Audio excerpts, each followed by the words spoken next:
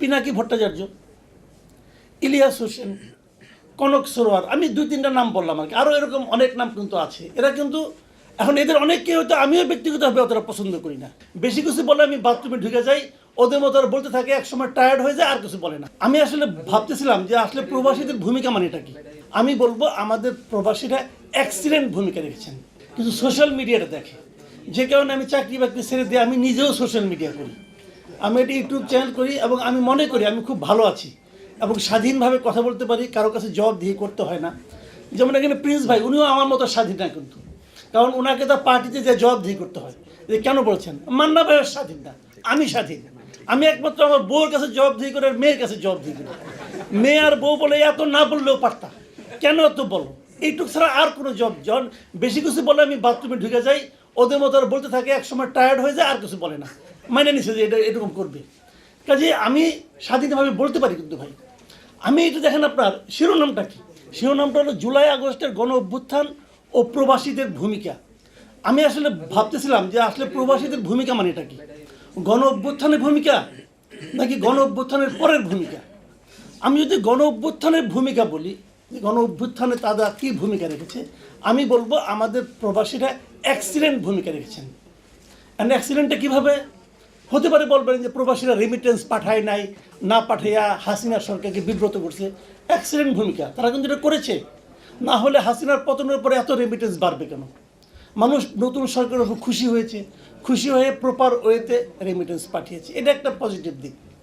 কিন্তু আমি মনে করি তারও যে বড় পজিটিভ দিক ছিল, যে অভ্যুত্থানটা হয়েছিল, গণ অভ্যুত্থান হয়েছিল, এখানে প্রবাসে বসে আমাদের কিছু লোক এই সোশ্যাল মিডিয়ার মাধ্যমে এদেশের মানুষকে সংগঠিত করেছে, এদেশের মানুষকে বুঝিয়েছে যে কেন আপনাকে এটা করা উচিত, এদেশের মানুষকে ইনফর্ম করেছে যে কেন তাদের বিদেশে চলে যেতে হলো, এবং এদেশের মানুষকে দেখিয়েছে যে স্বৈরাচারী হাসিনার আসলে প্রকৃত চেহারাটা কী।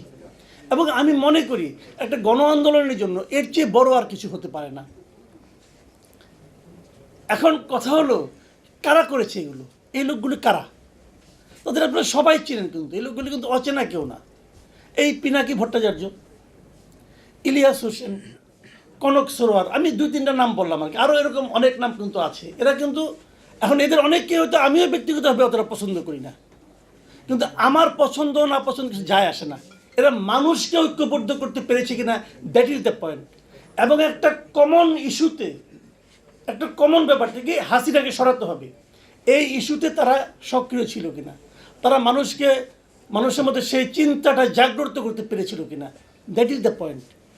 তারা পেরেছিল, এবং তারাই পেরেছিল। তাদের ভূমিকা আমি মনে করি বিরাট কিছু ছিল। এখন তারা কি ভাবছেন? এখনও তাদেরকে আপনারা দেখেন, তারা কি আমাদের বর্তমান সরকারের কর্মকাণ্ড নিয়ে হ্যাপি? একবার ভাবেন, যে লোক হাসিনা সরকারকে সরানোর জন্য পাগল হয়ে গেল, যে লোক ইউনূস সরকার আসার পর তার প্রশংসা করলো, তারা এখন কেন করে না? তারা কি কিছু চেয়েছিল যে ইউনূস সরকার তাদের কিছু টাকা পয়সা দিবে? চেয়েছিল? চায়নি। তো তারা কেন? তাহলে তারা কি বিভ্রান্ত? এটা ভাবেন, তারা কি বিভ্রান্ত? অথবা তারা যেগুলি বলে সেগুলি মিলিয়ে নেন। তারা কি বলে, আমরা কি দেখি? আপনি কি দেখেন বাজারে যেয়ে? আপনি কি দেখেন রাস্তায় হেঁটে? আপনি কি দেখেন আমাদের উপদেষ্টাদের বক্তব্য শুনে?